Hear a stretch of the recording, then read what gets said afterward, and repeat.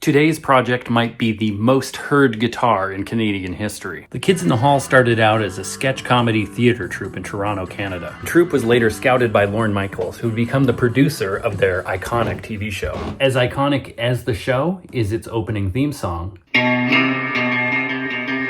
which purportedly, according to its owners, was played on this Jazzmaster. The year of the Jazzmaster is up for debate, and whether or not it actually was on that recording, we will try and find out. I'm reaching out to Brian Connelly to see if he can confirm A, that this was his guitar, and B, that he used it in the studio on that song. So in today's video, we will investigate the guitar, its origins, the years of its parts, the moment of truth, and whether or not this guitar is the most heard guitar in Canadian history. Also, by the end of this video, I'll learn how to properly play that theme song on this Jazzmaster through a 1966 Super Reverb. Because of this guitar's purported importance in Canadian music and television, I volunteered to do the work for the client for free, just to bring you this guitar. So, if you wouldn't mind, like the video and subscribe to the channel, and it would help me out a lot. Thank you. The story from the owners of this guitar is that it was received in exchange for some carpentry work on Songbird Music in Toronto, I'm guessing in the early 90s. It was there on consignment from Brian Connelly. Connelly is best known for his work in Shadowy Men on a Shadowy Planet, and even better known for the song they performed for the opening theme of Kids in the Hall. We sent their music to Lorne Michaels, and he said, it's kind of, strip club music. I don't really like it, but if you like it, it's fine. Now, further story from the owners of this guitar is that in the studio, when recording that song in particular, Brian Connelly wanted more treble for the lead and used a Jazzmaster instead of his signature Gretsch, this Jazzmaster. I've got an email into Brian Connelly, hoping to hear back from him. I've been hounding him on Instagram week after week. He performs every week in Toronto at the Reposada, I can't remember what it is. Some Spanish name, Tequila Tuesdays, with his current band, Her Ghost. Anyway, hoping to hear back and confirm. But in the meantime, let's dig into this thing and see what we can find out. The neck has been stripped.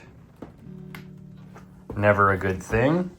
Just hoping that the stamp on the end of the heel is still there. It does appear to have what are called clay dot inlays, which is something that would have gone out of use around 1965. These so-called clay dots were not clay at all. They were actually vulcanized fiberboard, the same material that's in the pickup bobbins. Anyway, back to it. And also, I believe in 1965 or 66, they started binding the Jazzmaster neck. People in the comments section of the short said this pickguard is later. I've looked that up. That is definitely true. There's a little bit too much definition in this tortoise. Brian Connelly did picture a white Jazzmaster on the back of one of his albums, and in forums you can read that the drummer confirmed a Jazzmaster was used in studio. For those who might not know, a forum is a website wherein information is shared that is subjected to the utmost scrutiny and rigorous fact-checking. Turning the guitar over, we can see an F neck plate. These did come about, I believe, around 1965, but this particular serial number is from 1974. The rosewood board is veneered, but this is something that started occurring in the early 1960s. I believe 1961 was the first year, perhaps, of a veneered board.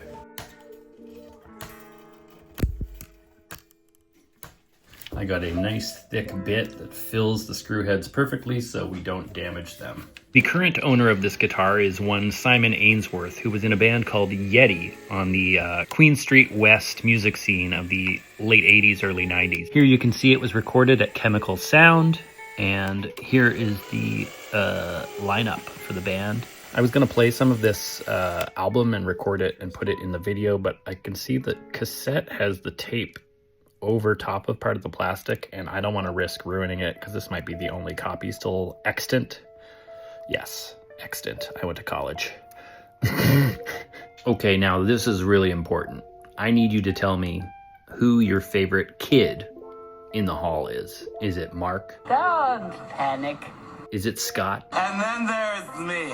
Is it Dave? Something you might not know about me is that I have a good attitude towards menstruation. Is it Bruce? Present. Or is it Kevin? Sit my mind. It's a difficult question, but let me know in the comments and I'll let you know if 30 Helens agree. You will notice the paint looks like the color that Olympic white fades into, a nice yellow, but definitely appears to have been refinished. I believe the original paint underneath was Olympic white, and then it got some weird brown, and then a top coat of yellow that is sloppy but firm.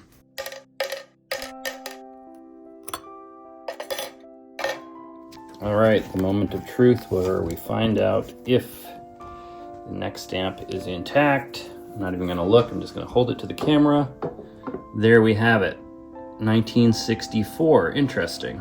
The B here represents the nut width of 1 5/8 inches. The first digit here is often misconstrued as the day, like 4th of January 64, but it's actually the model number, and 4 is the model number for Jazzmaster, so we're good here.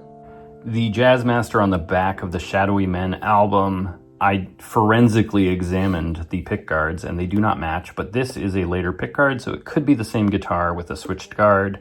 It also did not have a buzz stop, but that could be added at any time. Okay, exciting update. After hounding Brian Connelly's Instagram for weeks on end, he finally replied. And we're gonna look at that response right here. Hi, Levon. That certainly does look like my first Jazzmaster with the addition of a bit more scar tissue and the buzzkill. It answers to the name Monique Champagne Dubois and has a thing for Hawkins cheesies. And you're right, it was a bit of a mutt when I got it. I found it at the much missed Ring Music in Toronto, probably in 1985. I think parts of the tailpiece were missing or busted. It was pre-internet, and we just went to every guitar shop in town and rummaged through their junk drawers for parts. I think most of the guitar was 1962-ish in retrospect, not that we cared about those details at the time. It was just a used guitar. The tortoise guard had also shrunk and was in about 4 pieces, was eventually replaced when the charm of having a guitar that would fall apart if you looked at it wiggy, along with the untamable 60-cycle rumble, became another wild card in the early Shadowy Men shows. But the best thing about the guitar was the case. Whoever had it before me covered the entire case with a decoupage collage of Mick Jagger's face. As one always does. So many unanswered questions. Attached is a photo of the Jazzmaster and myself in the seasonal garb of my people. Well, the picture didn't come through, but I did eventually get some help through a comment on my YouTube channel to find the location on the Shadowy Men website, where there were some pictures, and I will show them to you right here.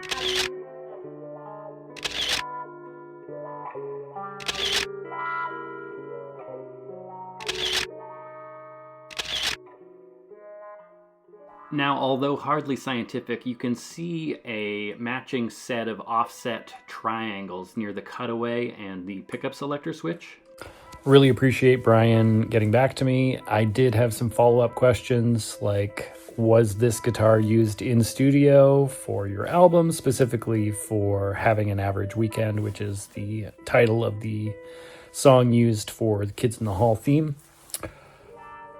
I'm waiting on a response on that. Let's see what's under here and see the dates on the pickups and the dates on the pots.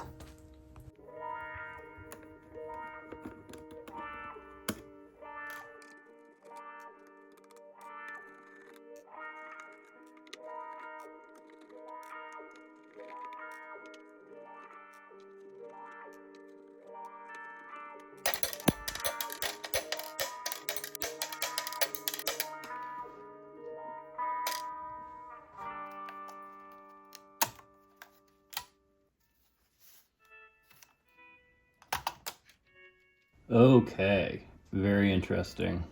The first thing I'm noticing is a lot of non-original wire.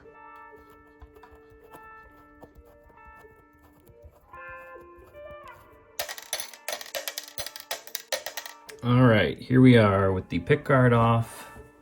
Once again, I'm not seeing any original wire here, except for like there.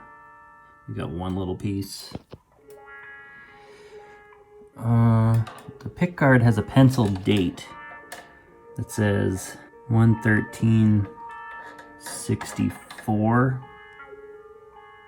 or 60. Anyway, can't really tell. And this one, I don't see anything. The guitar had somewhat low output when I first plugged it in, but that could be due to the fact that the pickups were adjusted pretty far from the strings. We've got an 8.14 and 7.42.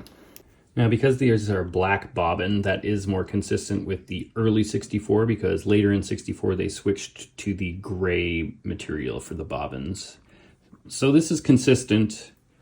The neck pickup looks in better condition, but the pencil marks are consistent with what I've seen at factories before. Let's see if we can find a date code on the potentiometers. The pots are absolutely slathered with solder, so it's gonna be hard to find dates.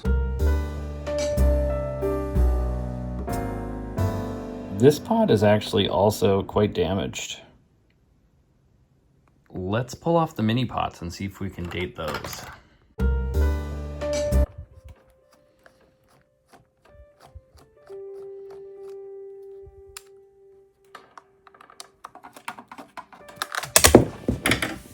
Cool. I'm a pro.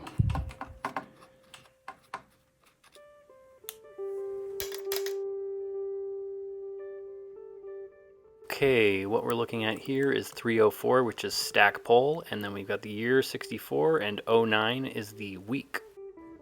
Lol, I think I saw this piece of tape for sale on Reverb recently for like $75. Here you can see what remains of a 137, which is CTS. But then it says 80, so this is a 1980 pot. That's consistent with these clipped on instead of eyelet held on slugs or whatever, not slugs, whatever these are called, posts. Let me know. Let's see if there's evidence of original paint under the tailpiece.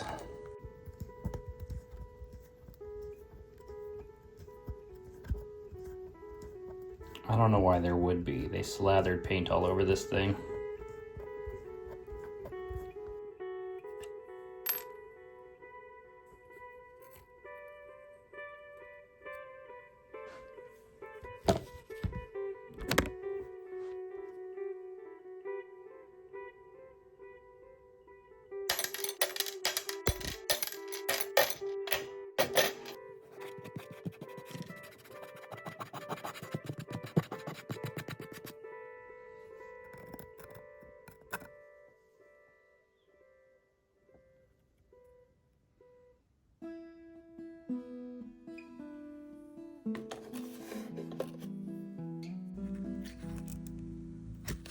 Shielding looks consistent.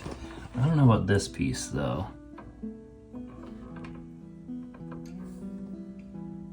It's got a cutout here for the ground to the bridge. Is that normal? Here you can see that under the chip out there's some brown, and under the brown is what could be original Olympic white. The tuners do not appear to be original. They should be single line. It's a Clusen Deluxe down the middle. They have nothing on them, so I don't think they're even a Clusen product.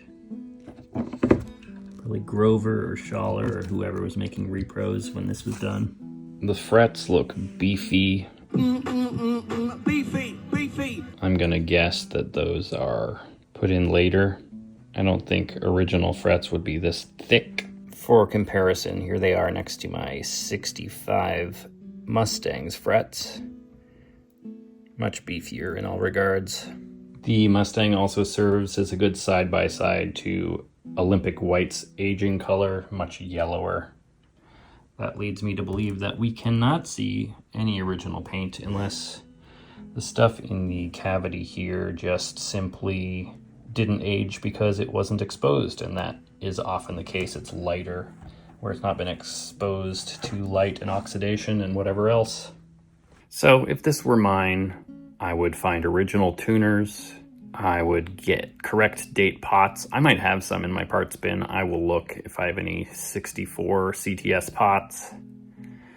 I would try to find an original guard, or at least one that had a more consistent tortoise pattern, and do a full rewire. Now, because this guitar is not my guitar, I will do only what the client wants. I will confer with them. If its historic significance and the context thereof is more important than, or more valuable than, an original 1964 Jazzmaster, then perhaps leaving the modifications is a better idea than reversing them. Here it is next to my 73/74 Mustang bass neck plate. Very different finishes. I wonder if it's just based on the life they lived. I'm gonna soak these in vinegar, but before I do, I noticed there was one pickup screw missing and one pickguard screw missing. This looks like a decent pickup screw facsimile. Let's compare. Yeah, that's amazing.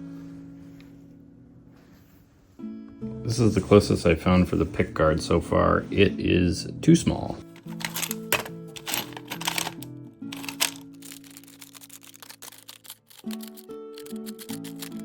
Somewhere I have a container that's just bags and bags of dome top Phillips head screws, but can't find it at the moment.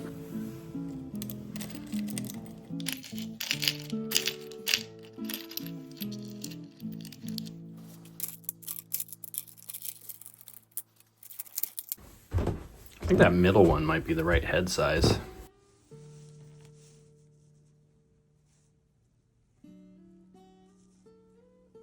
Though a little shiny, this is a good facsimile.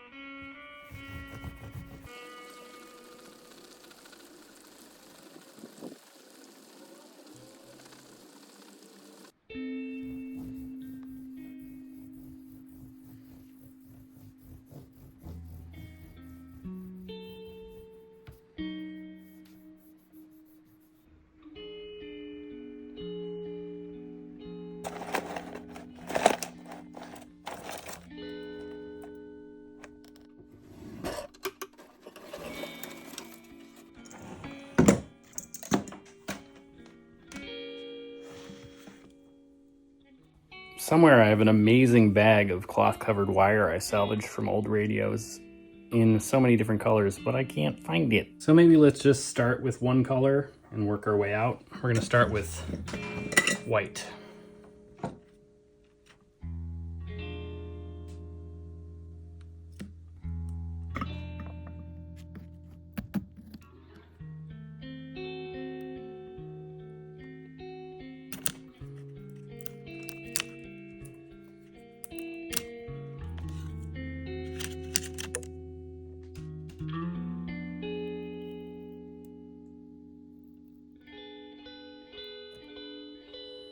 I couldn't find my old wire.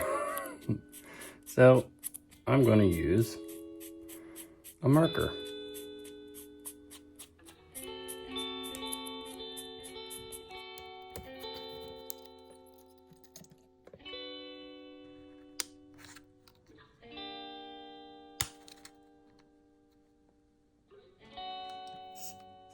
Son of a...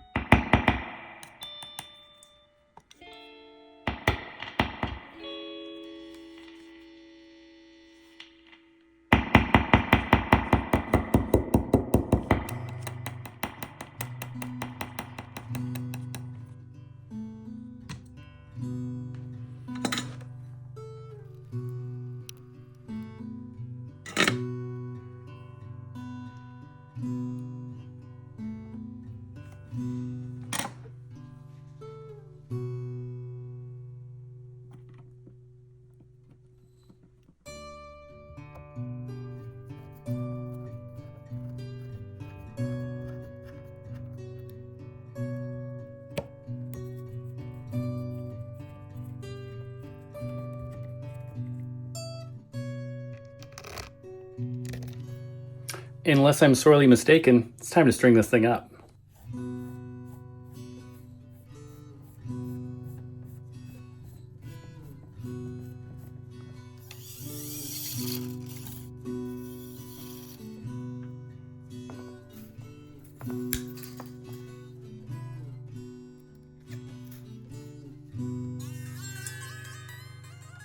I also reached out to Bruce McCullough to see if he would do a cameo in my video, but I'm not sure he even checks his own Instagram messages.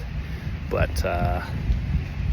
so far, Brian has left me on red with my follow-up questions, and Bruce has not seen my messages yet, but hopefully he will read them and respond. I suppose I should have cast a wider net and reached out to all of the kids in the hall, but 29 Helens agree. Bruce is the funniest! I just wish Helen Fournier felt that way. I hate her. Here she comes.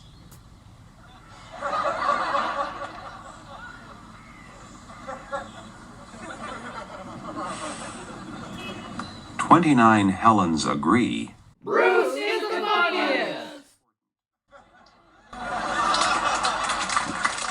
okay, let's see if I can play this theme song. Hopefully I don't play it so accurately I get copyright stroked. Now if you're like, oh, he's doing such a bad job at this cover, it's only because I am avoiding copyright.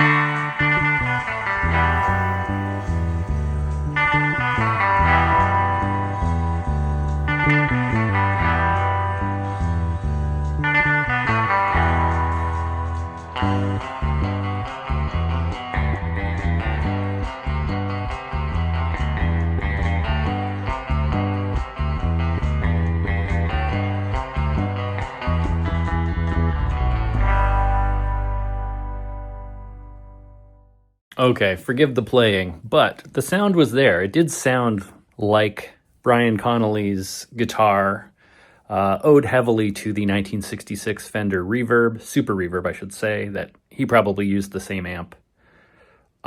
We did not hear back the final details about whether this guitar was tracked on that song, but alas, let me know if you think it sounds the same. Thank you to everyone who watched. Please like, please subscribe, and thank you to Patreon patrons and YouTube channel members. See you soon.